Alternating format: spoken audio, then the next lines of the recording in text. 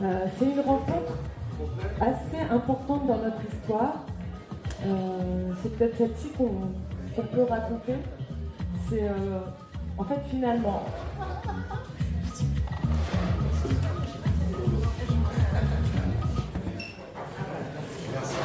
En fait, l'histoire commence au moment où, avec Brice Berthoud, que vous connaissez, qui est le cofondateur des Anges au plafond, on a envie de replonger nos mains et nos cœurs dans la mythologie grecque.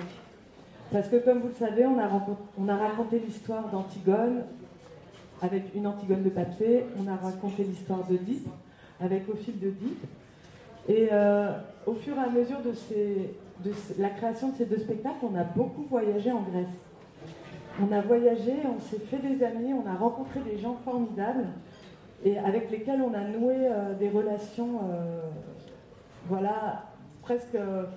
En fait, on a partagé des moments de vie, on a partagé nos espoirs, nos trajectoires sur une dizaine d'années.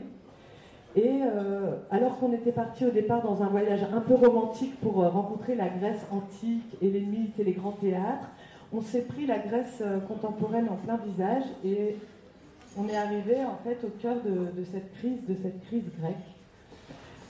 Et voilà, le départ du projet L'Oiseau de Prométhée, c'est l'envie de raconter l'émotion qu'on a eue entre 2009 et 2015, de voir ce pays finalement s'enfoncer dans la crise et dans l'austérité, et surtout d'en parler du point de vue des gens et du point de vue de leur trajectoire et de leur quotidien. Et à ce moment-là, on envoie un mail à Christos Chrysopoulos, qui est un auteur incroyable, qui publie chez Actes Sud, qui est aussi très connu pour un livre qui s'appelle La destruction du Parthénon. Et on lui écrit et on lui présente le projet, et c'est le début de notre histoire. Et là, je m'arrête là, et c'est toi qui continue. Maybe you can carry on the story. Well, thank you all. And do we need to translate in French, or is English okay for everyone? Je peux traduire. Oh, yeah, you're going to translate. Okay, so I'll take it bit by bit. Well, first of all, Deda, thank you, Camille, for getting me here. Thank you, Ango. And also thank you to the Centre Culturel Réuni, Elisabeth, for getting me here. So, well, I got this email, so I didn't know Camille and Brice at all, and I didn't have in mind to write something about the Greek crisis.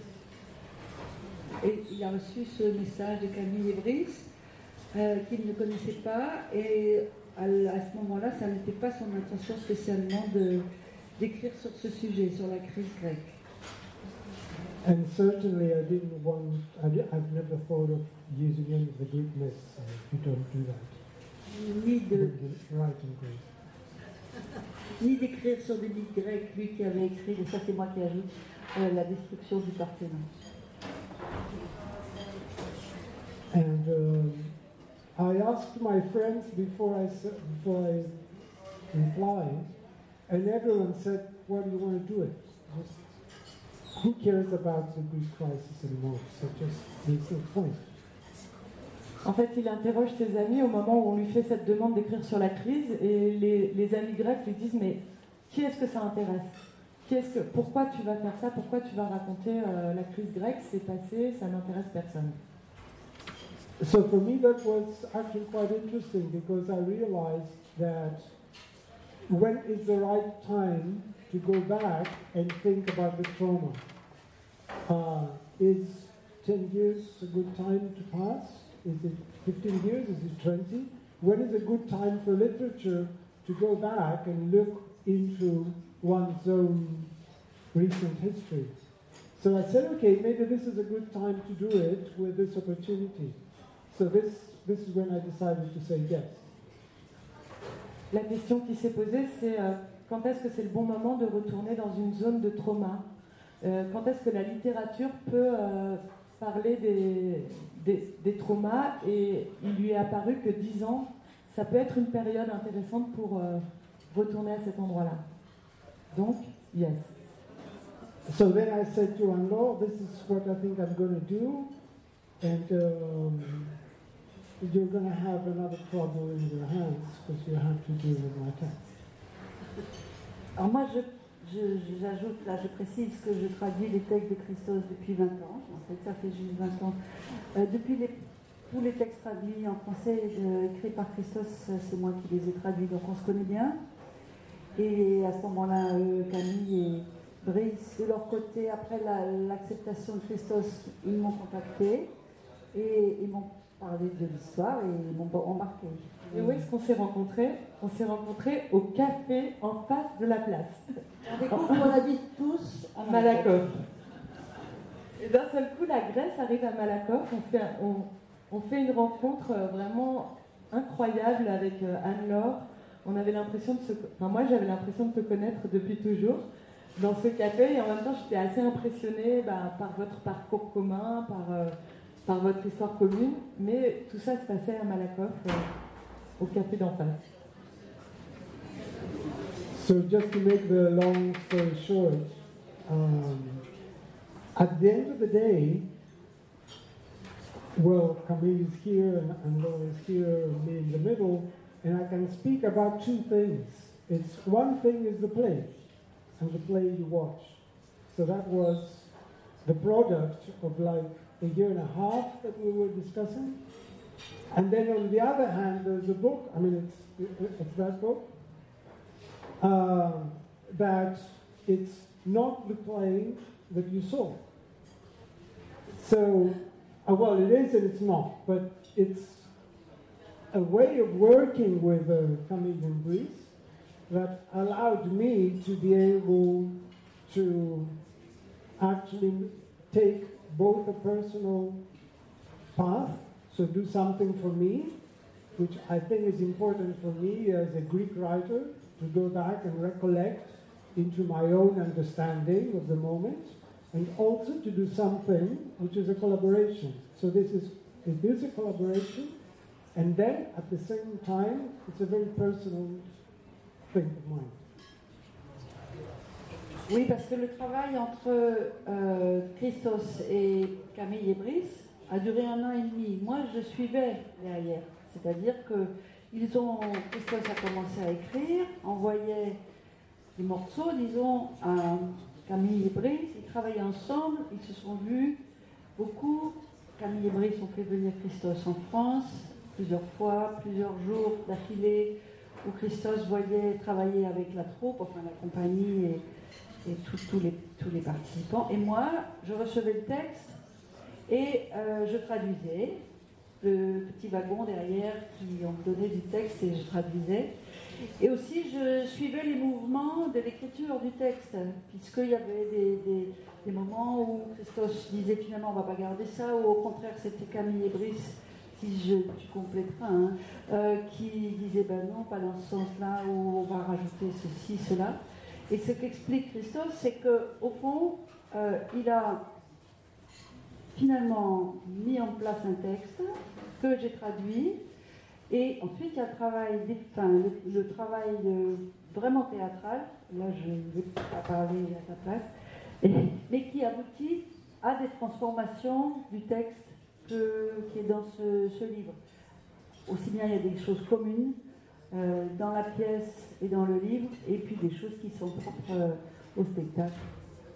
Oui, ce que disait Christos d'ailleurs, c'est que cette rencontre, elle a donné lieu à deux objets en fait. Le spectacle, qui est une collaboration entre nous, et puis ce livre qui est quelque chose d'important pour lui, quelque chose qui raconte aussi quelque chose de lui, et que chacun a eu un peu un chemin en fait autour de cette rencontre. Et là, c'est moi qui ajoute que c'est quelque chose de très fort dans notre rencontre, où on s'est dit de notre discussion vont naître deux objets artistiques, une pièce et un livre.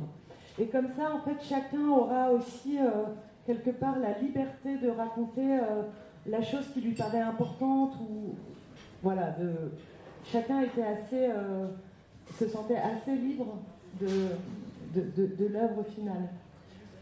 Libre et respectueux aussi Voilà, c'est ça. du travail de mutuel.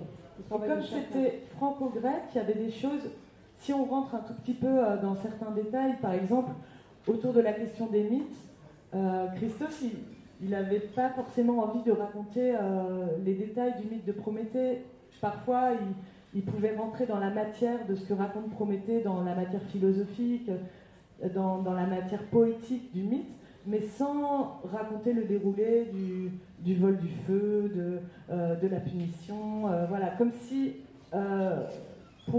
j'ai l'impression que pour toi, Christos, parfois tu avais l'impression que c'était connu de toutes et tous, alors que nous on disait non, mais en France, quand on dit Prométhée, on ne se souvient plus du bœuf sacré, du partage de la viande.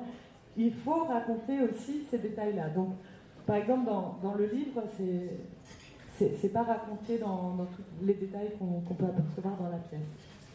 Ça, c'est un exemple particulier, mais il y a plusieurs autres endroits où on était un peu dans cette dialectique.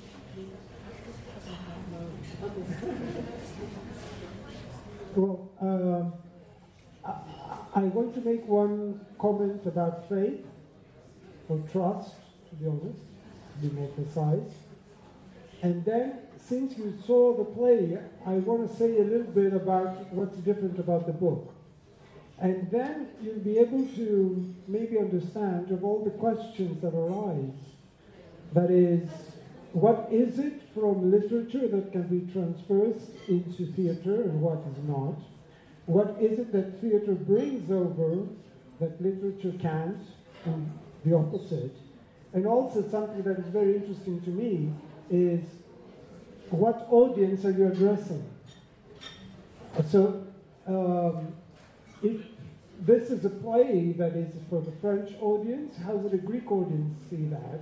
What would be permissible for a Greek audience? What would not be permissible? And what is adapted when you take a piece of work and you put it into a different cultural and political context? I don't know, maybe this is too far. Sinon c'est trop, c'est trop long. Non, alors la question c'est de savoir qu'est-ce que la littérature peut raconter et qu'est-ce que le théâtre peut raconter. Et c'est vrai qu'il y avait ce débat en permanence entre une œuvre littéraire et une pièce de théâtre. Et en plus venait s'ajouter le contexte politique et social dans lequel on raconte les histoires.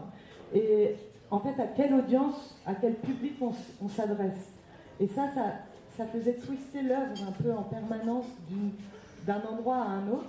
Et voilà. Yeah, I mean, but the first note I want to do is about trust. So, I mean, you can't work and you can't collaborate. And for me, it's one of the primary values that one carries over. You have to give trust and you have to receive trust. La première chose, c'est vraiment la confiance. On ne peut pas travailler s'il n'y a pas cette confiance. Donc la première chose, c'est de donner de la confiance et d'en recevoir. So I had complete trust in what Brice and Camille were doing, so they were free to do what they do. I have complete trust in what Anne-Laure brings over from one language to another, and she is able to have this transparency. I mean, what you heard is something that comes through the filter of what Laura understands about what gets heard. So that's the first point I wanted En to fait, make. il avait complètement confiance dans ce que Brice et moi on pouvait apporter en termes au plateau, et aussi complètement confiance dans ce que Anne-Laure était en capacité de donner, la transparence qu'elle avait par rapport au texte. Et donc ça, c'est la base du travail de notre collaboration. Sorry if I speak a little bit too much. Huh? And okay, so what's different about this book? This is a question of what liberties a writer can take when he's writing literature, not theater, because this is not theater, this is literature.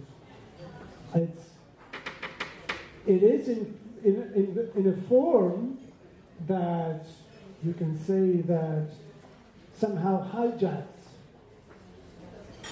theater as a method.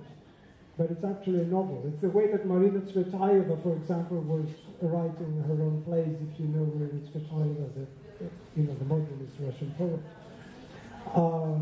So this is a piece of literature, it's not a piece of theater. C'est une œuvre de littérature et pas une œuvre de théâtre, et c'est la question de la liberté, des libertés que peut prendre un auteur quand il écrit. Et c'est une sorte de hijacking, c'est une sorte de cambriolage, un peu une prise d'otage en fait. C'est la prise d'otage de l'auteur sur l'œuvre. La manière de Marina. It's another discussion. It just came to my mind. But one liberty has to do with time. So a writer in a piece of literature can manipulate time in the way that one feels that can manipulate it, and is not restricted by anything else but one's own imagination, one's own wish, and what feels that is good for the work. So, la première chose, c'est vraiment le temps. L'auteur peut librement décider du temps de la narration, c'est sa propre décision de ce qui est nécessaire pour le récit. So the story of the four friends in the book is much longer, is extrapolated to a degree where you actually see the development in a way that is actually more allows the reader to follow it at a closer pace. I mean, if the same thing was produced, it would take like 5 hours. You can do it. But l'histoire des amis est beaucoup plus longue, elle se développe, et si on devait vraiment la raconter telle qu'elle est dans le livre, ça prendrait 5 heures. So there's this human story that gets developed that is partly a story of actually people that are younger than I, but it was very important for me, which is at what point you realize that you have become someone else. En fait, là, c'est vraiment l'histoire de 4 amis qui sont un peu plus jeunes que Christos, mais la question qu'on a posée, c'est à quel moment dans ta vie tu te rends compte que tu es devenu quelqu'un d'autre? Because I'm 55 years old, and during this time of the Greek crisis, there was something that was very important. It's not that it was a moment when a lot of people in Greece realized that what they knew or they have been told that was their past was false. En fait, Christos a 55 ans, et pendant la crise, il y a eu un moment où les Grecs se sont rendus compte que ce qu'on leur avait raconté comme étant leur passé, c'était faux. So, you have become someone else, and you see that. So that's the story of the four friends, for me, allowed to be able to recollect on that. When is the moment? I mean, this comes, I believe, in everyone's life, but at some point, there are socio-political circumstances that make this evident to younger people, to older people, and sometimes in a very violent manner. And this is what happened during the Greek crisis. I mean, this revelation of otherness in one's own understanding of oneself became very apparent. En fait, c'est vraiment pendant la crise la révélation d'un événement qui réécrit l'histoire, qui fait que chacun se rend compte qu'il est un autre, que ce qu'on lui a raconté de son histoire, de son passé, ce que les Grecs ont cru qu'ils étaient, s'est effondré. Et donc ça s'est fait d'une manière violente. Allez, si je peux me permettre, c'est assez vertigineux parce que c'est comment la vérité, qu'est-ce que c'est que l'identité, soit d'un peuple, soit d'une personne, est réelle, touche à la vérité de cette personne ou de ce peuple ou de cette nation, ou bien vacille. C'est la fragilité tu touches à quelque chose qui est la question de la vérité profonde d'une personne, d'un individu, à un moment de sa vie, à un autre de sa vie. Ils ont 19 ans et ensuite ils ont 35 ans. dans la pièce, à 15 ans de distance, et quelle est la vérité des êtres, à quel moment de leur vie, et quelle est la vérité d'un peuple, d'une nation, à tel et tel moment de son histoire. Je dis à ma façon ce que j'entends de ce que Christos vient de dire. And this also means that, I mean, this can be very, I don't know, it can be helpful or beneficial, or it can also be helpful for a person. But it is very dangerous for the political system. Ça peut être utile pour une personne, mais c'est très dangereux pour le système politique. So the political system cannot tolerate moments where its otherness is manifested. And this is what happened in Greece in that time. I mean, in the story of the four friends, I mean, the way it's written, the only moment where they face themselves is when they have this inner monologue. In the play, they face the audience. In the book, everyone has this moment where they go out and they speak out. And this is the moment where they are allowed to have a connection with the understanding of their own selves. Oui, en fait, Christos a écrit pour chacun des personnages un monologue. Et c'est le seul moment où chaque personnage se connecte avec vraiment ce qu'il est, avec sa vérité. Alors dans le spectacle, c'est face au public, mais c'est un moment où on enlève les masques sociaux, on enlève les apparences pour vraiment dire quelque chose, chacun dit quelque chose de lui-même et de son parcours. This is completely possible for the political system. It's completely impossible for a politician. That is why I think it's very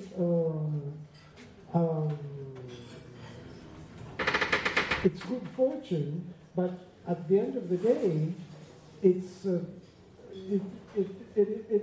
so good that the politicians are puppets in that sense. Not because politicians are moved by someone else. They're not moved by someone else. I mean, I'm not talking about some sort of conspiracy theory.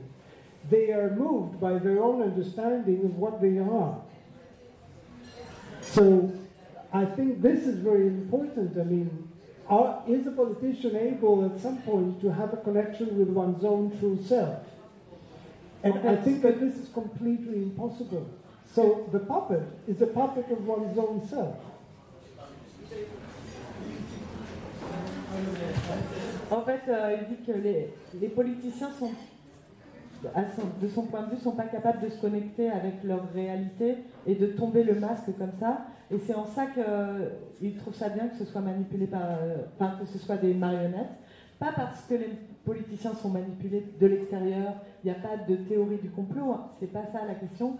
C'est juste qu'en fait, ils n'ont pas cette capacité de se livrer, en fait. C'est ça que tu dis ? Après, nous, on avait un peu une vision légèrement différente sur la question de la marionnette avec les politiciens. Ça a été un grand débat entre nous parce que, en fait, il y a des écueils dans lesquels on n'avait pas envie de tomber en représentant Merkel, Tsipras, Lagarde. Il y avait une sorte de prise de risque. Mais en fait, ce qui nous amusait, ce qu'on avait envie de raconter, c'est la discussion entre amis qui dégénère. C'est le moment où on s'est déjà un peu échauffé dans la discussion, et c'est ce moment où on va avoir envie de s'engueuler et on va parler politique pour pouvoir s'engueuler mieux, plus fort, de façon plus conséquente. En tout cas, moi je viens d'une famille où quand on avait envie de s'engueuler, on parlait politique, on mettait le sujet sur la table et ça partait mais très rapidement et très bien. Donc en fait, la discussion entre les politiques, c'est plutôt le souvenir d'une conversation politique où il y a beaucoup d'approximations de la part des gens qui en parlent. Ils se souviennent pas exactement de ce qu'a dit Merkel, mais chacun défend un point de vue. Et en fait, c'est la conversation des amis avec la politique. Et en fait, grâce aux marionnettes, on peut aussi dire des choses assez cruelles.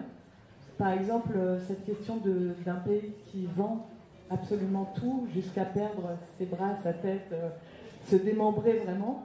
Voilà, ça nous amusait de le transposer avec cet arrachage de bras burlesque, mais qui est en fait assez cruel. So, I'm not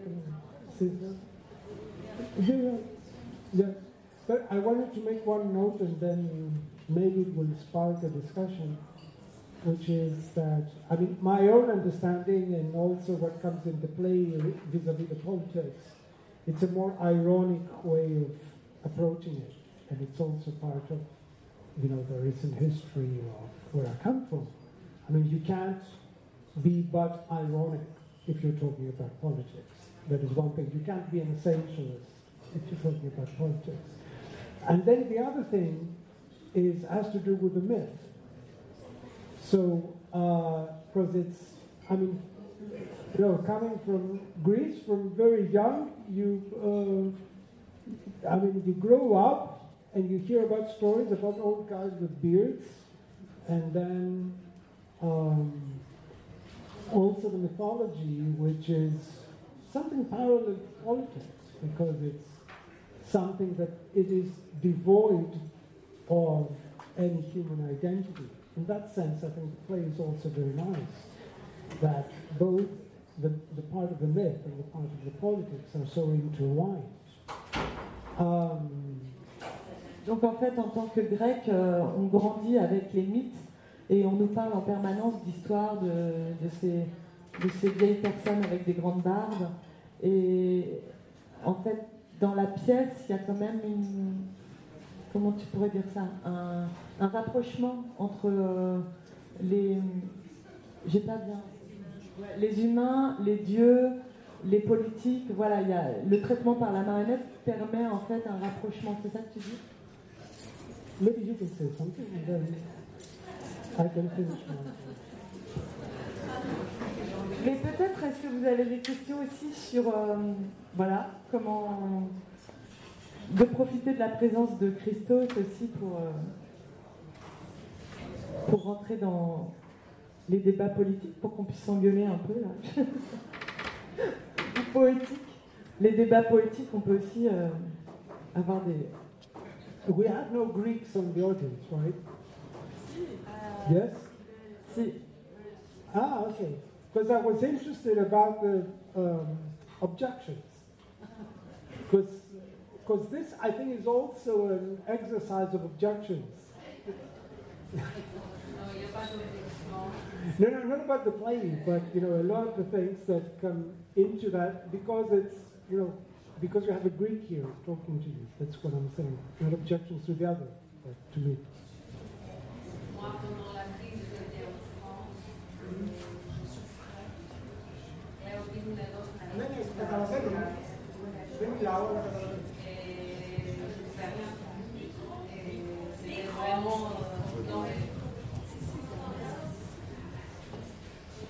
Je dis juste que moi, pendant la crise, j'étais en France et je souffrais parce que je voyais mon pays attaquer mon pays, détruire mon pays, salir mon pays, dire des choses peut-être qu'on est fainéant ou je sais pas quoi. Enfin, toutes ces belles choses la propagande qui va avec, doucement, on s'enroule, quoi. Et je suis contente que j'ai vu cette œuvre film, quoi. Voilà, ça se joue dans une fenêtre. Je suis à chaud là, je n'arrive pas trop à mettre des mots. Mais... merci, mais c'est vrai que... Merci beaucoup. Et c'est vrai que un des désirs de cette pièce, c'était aussi un désir de réparation. Il y avait quelque chose de consolatoire, de redonner à la Grèce. C'est vrai que pendant la crise, on a été très choqués. Je ne sais pas si vous vous souvenez, mais les marchés financiers, ils avaient un petit surnom pour les pays du Sud qui étaient en train de s'enfoncer dans la crise. C'était les pigs. Portugal, Italie, Greece, Spain. Les pigs, les porcs. Et c'était vraiment hyper brutal. Et il y avait une forme de mépris et de manque de considération pour ces pays qui étaient en souffrance. Et il y avait quelque chose de culpabilisant de dire c'est de votre faute si vous subissez une crise qui arrive quand même des États-Unis, c'est la crise des subprimes, voilà, qui est venue heurter certaines économies plus que d'autres. Et donc de voir ça à l'œuvre, et ce cynisme des marchés financiers, et ce mépris d'une culture, d'un peuple, enfin vraiment c'était... C'est vrai qu'il y a quelque chose de l'ordre d'avoir envie de reparler, enfin, de reparler de cet endroit-là pour lui redonner une place dans notre histoire européenne.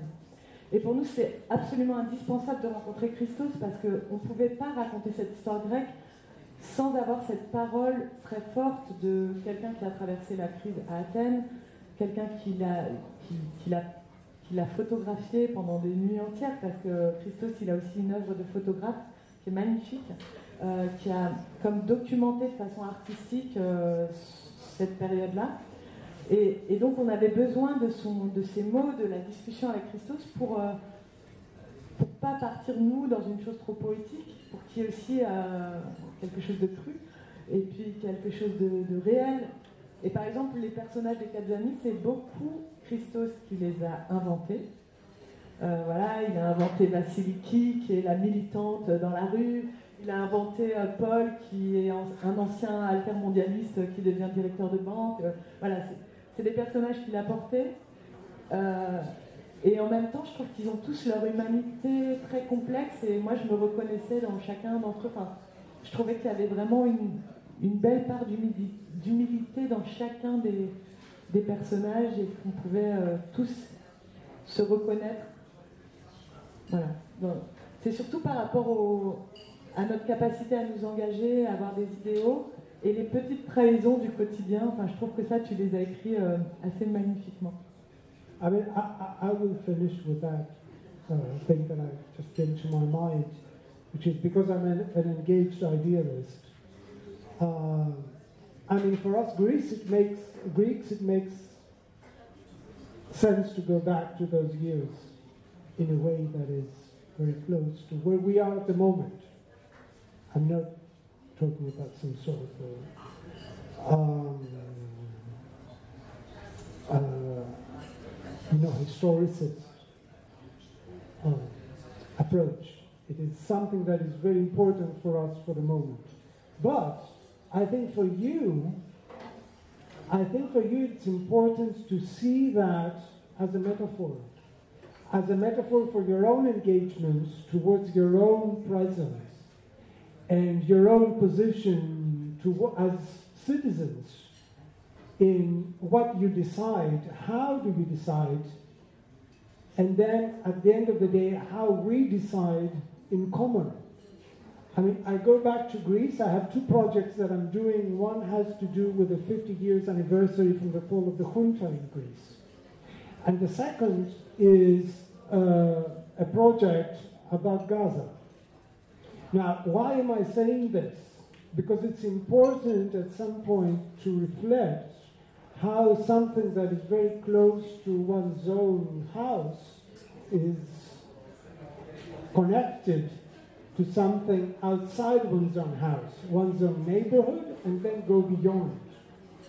And so if we talk about Greece and we talk about Europe, we should be talking about Europe vis-à-vis the rest of the world at the same time. So if you look at this play, don't look at it simply as something that happened to Greece, and don't look at it as something that could happen to you, because it couldn't happen to you. It's a different story, it's a different socio-political, structural element there. But see it as a metaphor for your own understanding, and this is what I'm trying to do. En fait, en tant que grec, évidemment, cette histoire l'intéresse et c'était important d'en parler, mais il nous interroge en tant que Français, qu'est-ce qui résonne pour nous, et que ce soit surtout sur une manière de comprendre de façon globale nos engagements et les enjeux politiques. On ne va pas dire qu'il va arriver la même chose en France qu'il est arrivé en Grèce. Enfin, en tout cas, Christos dit ça n'est pas possible, c'est pas la même structure de société, la même structure politique. Mais par contre, ça nous interroge sur notre engagement et notre façon voilà, de comprendre le monde et d'agir au présent. C'est ça que tu disais souvent, en commun. Le mot en commun est revenu tout le long de la création. Qu'est-ce qu'on fait ensemble? Qu'est-ce qu'on fait en commun? Et aussi, parce qu'il disait que quand il revient en Grèce, il travaille sur 2 projets. Un projet de théâtre sur les 50 ans, enfin, vous savez, il y a eu une dictature en Grèce entre 67 et 74, la dictature des colonels, donc là, en fait, les 50 ans de ce qu'on appelle la métapolitepsie, la post-dictature. Donc il travaille là-dessus, et puis il a aussi un projet sur Gaza. Et autour de Gaza, la ville de Gaza, ce qui se passe en ce moment. Et il disait en fait, ce qui compte pour lui, c'est le regard extérieur qu'on peut porter, pas seulement sur soi-même et pas seulement sur son propre pays, mais sur ailleurs, dehors, comme l'unité du monde et les choses qu'on a en commun. Ça rejoint ce que tu as dit. And if you want, you can buy the book. Thank you so much.